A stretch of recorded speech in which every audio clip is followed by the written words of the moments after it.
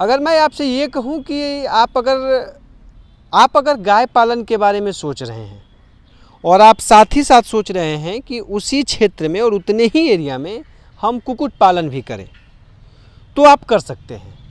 क्योंकि इन दिनों ये जो गाय के साथ मुर्गी पालन करने का एक नया कहें तो कॉन्सेप्ट आया है या मॉडल एक तरह से विकसित किया जा रहा है, कई लोग इस पे काम भी कर रहे हैं।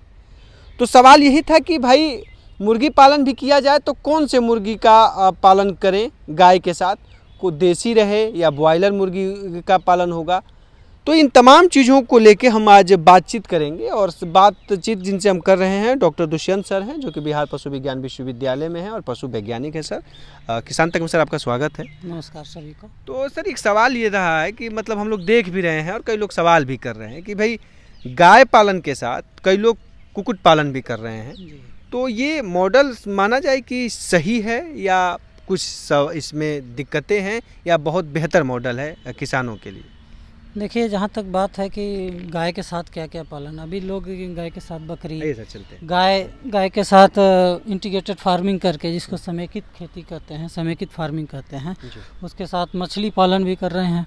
मछली के साथ उसमें बत्तख भी रख दे रहे हैं, मुर्गी भी रख रहे हैं ऊपर जाल लगा के उस पॉन्ड में, और तो साथ में गाय भी कर रहे हैं। ये तो सर देख ही जा रहा है, लेकिन एक जो गाय और मुर्गी का बात एक नया चल रहा है, एक नया ट्रेंड है। नया क्या है, ये पहले हमारे पूर्वज जो है, आप देखते सुनते रहे होंगे कि 4 10 मुर्गियाँ सबके घर में रहती थी, गाय भी रहती थी, आदमी भी रहता था, बकरी सब रहता था।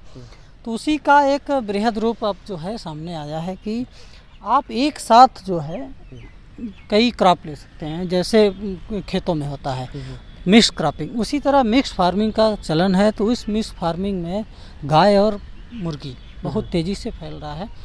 उसका कारण यह है कि गाय में जो इन्वेस्टमेंट हम कर रहे हैं, तो उसका लेफ्ट ओवर, जैसे मान लीजिए यदि चारा बच गया थोड़ा बहुत, गाय छोड़ दी, दाना थोड़ा छोड़ दी, और उसके बाद जो उसके गोबर, मान लीजिए अगर इंडाइजेशन थोड़ा है तो दाना आया, तो जो हमारी मुर्गियां हैं वो सब सारा खा गई।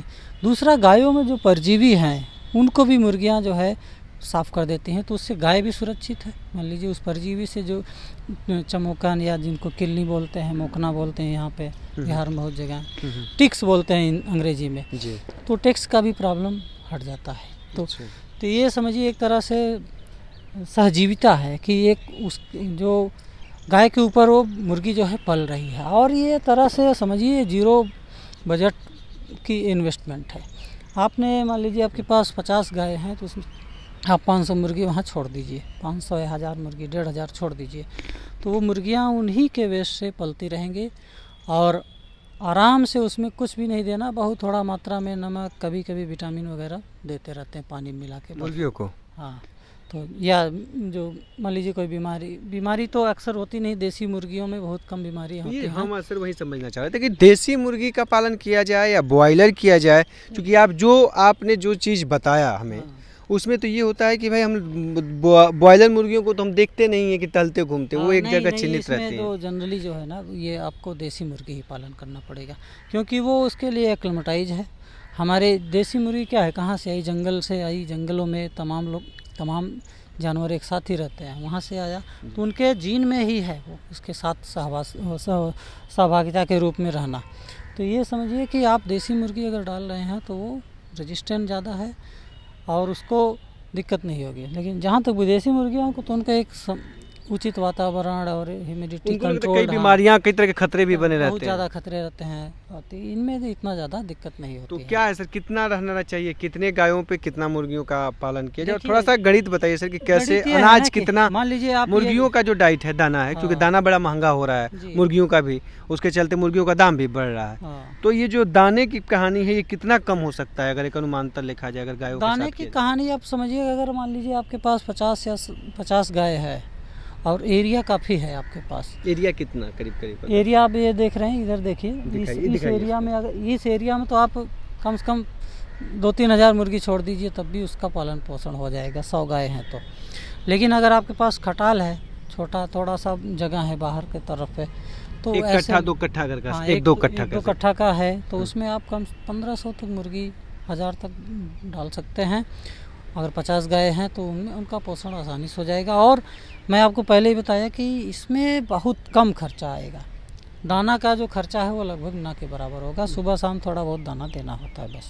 कितना कुछ अनुमानता भी आप लोगों ने किया है अभी प्रयोग? अभी हम लोगों ने यहाँ अपने यहाँ नहीं प्रयोग किया है, लेकिन जो तमाम लोग करते रहते हैं, मैं भी देखता रहता हूँ और जगह पे, वो लोग कहते हैं कि हम लोग उसको मैक्सिमम 50 ग्राम से कम ही दाना देते हैं रोज़, 50 से भी कम। ऐसे नॉर्मली कितना देना पड़ता होगा दाना देसी मुर्गियों को अगर पर डे मतलब अगर किया जाए केवल उसी को जो मिक्स फार्मिंग करते हैं ये एक तरफ से नहीं देते कि एक मुर्गी को 50 दिया, एक ये दिया, उसमें भी है लगभग 50-100 ग्राम तक दाना देते हैं लोग। लेकिन उनका क्या है ना कि आपको हरदम खाना रखा रहना पड़ेगा। इसमें सुबह थोड़ा छीट दिए और आराम से फिर बाद में वो जितना भी चारा है बचा हुआ लेफ्ट ओवर है उसको खा पी के आराम से रहते हैं। तो इन दिनों जो सर ने बताया और जहां हम लोगों ने भी देखा कि पशुपालन के साथ गाय पालन के साथ जो है मुर्गी पालन भी किया जा रहा है, लेकिन इसमें दो चीज़ें थी कि मुर्गी में कौन सी मुर्गी का पालन किया जाए। तो उसमें हुआ है कि देसी मुर्गी का अगर आप पालन करते हैं तो ही वह फ़ायदेमंद है और आपके लिए फ़ायदे का सौदा साबित हो सकता है। और एक छोटा सा समझा जाए कि अगर एक मुर्गी पे खर्च अगर 100 ग्राम दाना पूरे दिन में लग रहा है तो 50 ग्राम दाना आप अगर इस तरह से मॉडल से करेंगे तो 50 ग्राम तक ही दाना आपको देना होगा, जहाँ तक मैं समझ रहा हूँ सर। जी, ऐसे कम हो जाएगा। एक कम एक 50% से भी कम होने की उम्मीदें हैं। और जो खर्चा जो होता है मुर्गियों के पालने में वो एक दाने पर होता है। देसी मुर्गियों में विशेष तौर से दाने पर ज़्यादा खर्चा रहता है, क्योंकि जो रोग प्रतिरोधक क्षमता होती है इनकी सहने के शरीर की क्षमता वो रहती है और जो ब्रॉयलर मुर्गियों की तुलना में काफ़ी सही रहता है।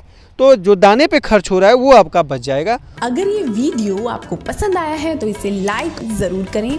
अगर चैनल अभी तक सब्सक्राइब नहीं किया है तो कर लें और नोटिफिकेशन पाने के लिए बेल आइकन भी दबा दें।